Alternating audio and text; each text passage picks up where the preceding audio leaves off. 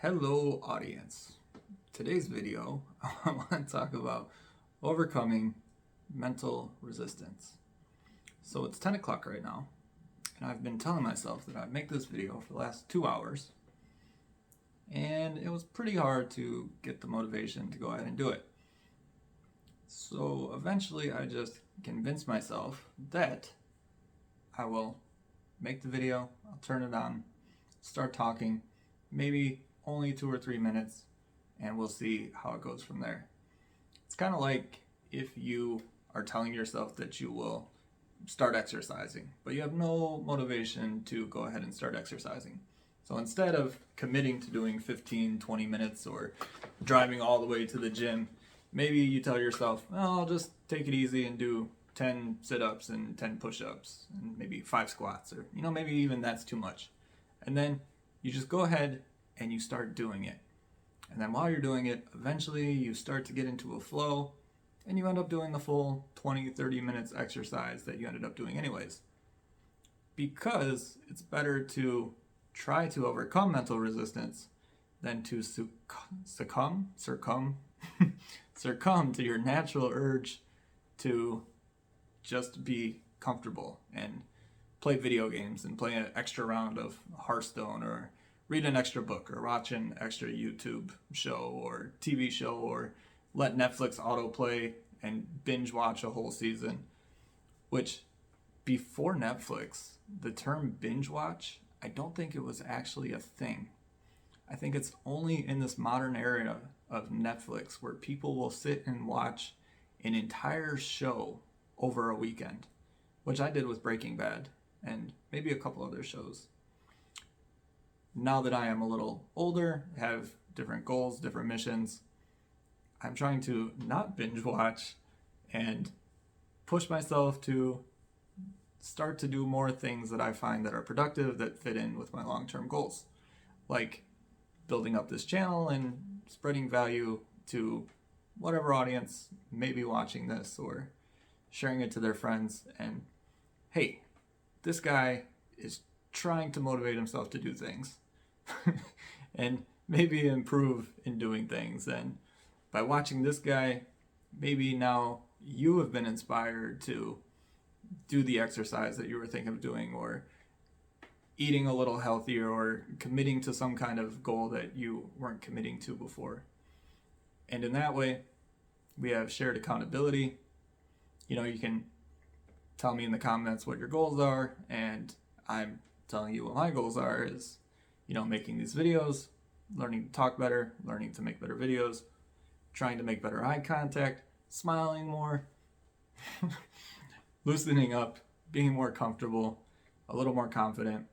Because one of the things, I guess, that was mentally blocking me from making this video and causing that resistance and making me want to play an extra game or lay on the couch and not do as much as I could have been doing is, when making these videos, it's really easy to judge yourself against like the top video production people like Matt D'Avolia, Peter McKinney, Casey Neistat, even Mr. Beast. I watch him once in a while.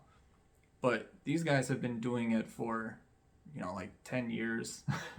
Even Mr. Beast was like 16 years old, saying 1, 2, 3, 4, 5, counting up to like 100,000 or something weird just to get viewers. I'm not going to do that. And then Casey Neistat, been making videos since he was like 10 with a big camcorder. He had a contract with HBO and everything. And you watch guys like that and you're just like, why should I even watch a video? Who is going to watch that? But maybe no one, which I'm okay with, facing that reality, I guess. But in the act of doing it, you learn some skills of video composition, talking in front of a camera, editing, which I'm probably not going to edit this video because it's just a small talking thing. And how to build an audience, putting it online, putting it on platforms, marketing the video, interacting with people. And then once you've been doing it for 5, 10, 20 years, then your videos get really good. Which when I'm 20 years from now, I'm going to be really pretty freaking old.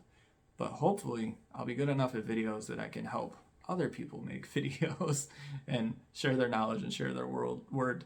Or I'll just be, Dave Ramsey and be 60 years old sharing financial advice in front of a camera in a really nice studio, which there is nothing wrong with that at all. David is living life. 20 years from now, I'm not going to be 60. Not that old. But, the first step is just getting there, taking action.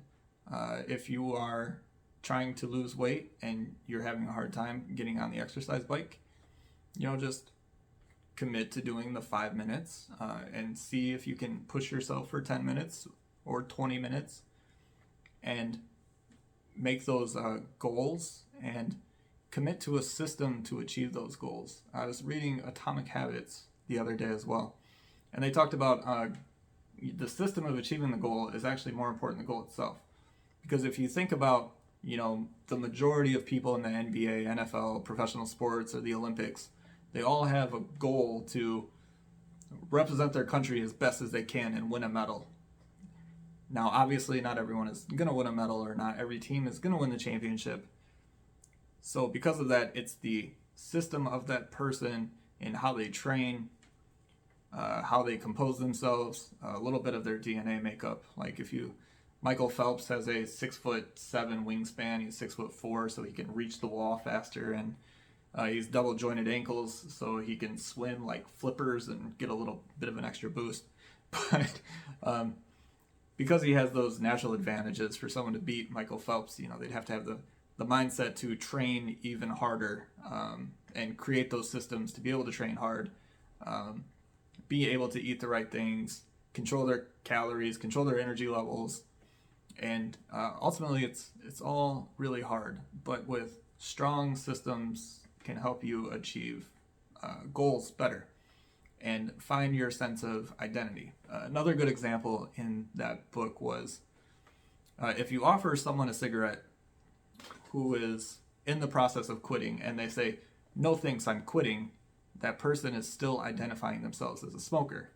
But if they say, "No thanks, I'm not a smoker," then they have already committed to the identity of being someone that doesn't smoke.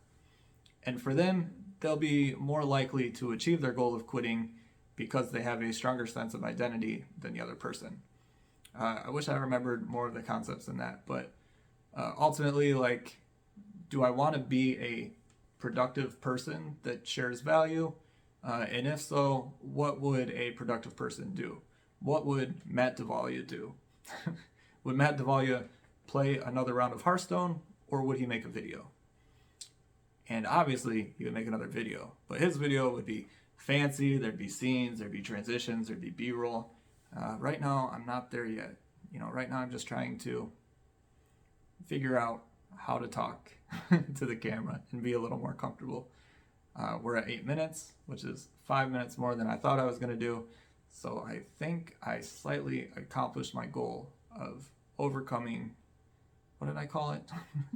Overcoming mental adversity or something like that. But I hope you guys have learned something. Leave a like and a comment if you did. And hopefully we can keep sharing insightful information as we continue to learn from this big stack of books and Audible. Absolutely love Audible. It's the greatest thing ever. Even take mindful walks listening to Audible, and maybe we'll do some shots during that once in a while too, just to get a change of scenery once in a while. But again, thanks for watching. See ya.